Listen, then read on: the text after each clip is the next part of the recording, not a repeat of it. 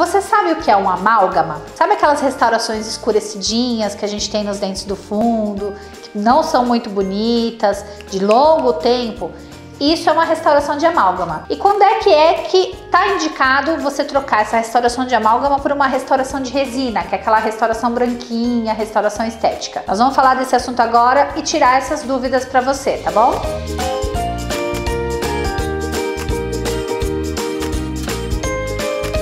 Bom, as restaurações de amálgama, né, que são essas restaurações metálicas, que eram muito utilizadas antigamente, embora elas não sejam muito estéticas, elas são restaurações extremamente resistentes.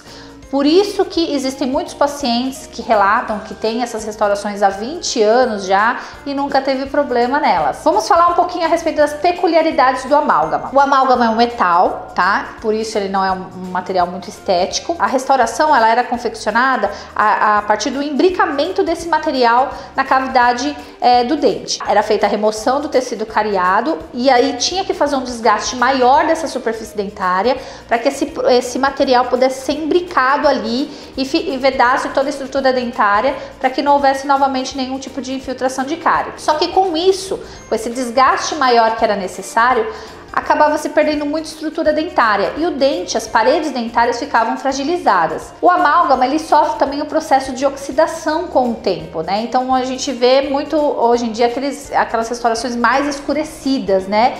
Isso é um processo de oxidação por causa da umidade da saliva. E com essa oxidação, ele pode sofrer um processo de expansão tardia, né? Ele começa a dilatar.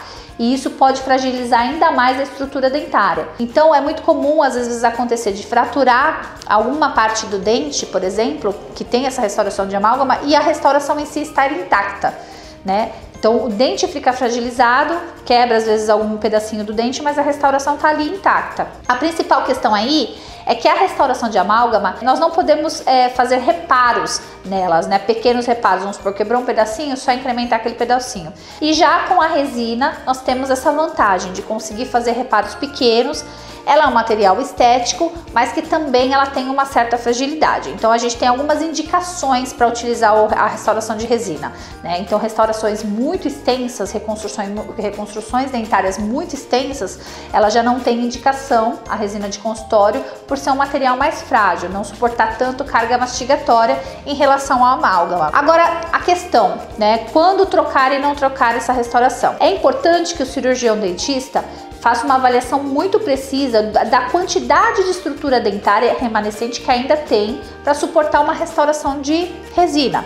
Outra questão é avaliar radiograficamente como é que está a profundidade dessa restauração, né? Lembra que eu falei que a gente tem que desgastar muito o dente para poder conseguir colocar o amálgama e já na restauração de resina não tem essa necessidade? Às vezes a restauração muito antiga teve que fazer um desgaste dentário muito grande para que esse amálgama pudesse ser colocado ali naquela região. E na hora que a gente vai remover esse amálgama para substituir por resina, pode ou fragilizar ainda mais a estrutura dentária, quebrar algum pedacinho das paredes dentárias, ou também acometer o canal do dente, que muitas vezes está íntegro, né? E aí acabar dando hipersensibilidade, o paciente ter que ser submetido a um tratamento de canal ou até mesmo algum tipo de outro de reabilitação que não seja só com resina, só com restauração. Então esse é um fator muito importante que deve ser avaliado. Restaurações que são menores, pequenas, que não tem um desgaste muito grande, que a gente tem remanescente dentário e que também estão em regiões estéticas, né, do sorriso, que mostra aquela translucidez escura no dente, essas devem ser avaliadas com mais critério e dá talvez pra gente fazer essa troca da restauração do amálgama por resina sem problema nenhum. Então aquela questão, aquele mito que a gente ouve, que na verdade não é um mito, né? Aquela questão que a gente ouve muito falar de que a restauração de amálgama é mais resistente do que a restauração de resina, sim, isso é verdade, ela tem uma resistência maior, só que não quer dizer que a restauração de resina não tenha resistência também.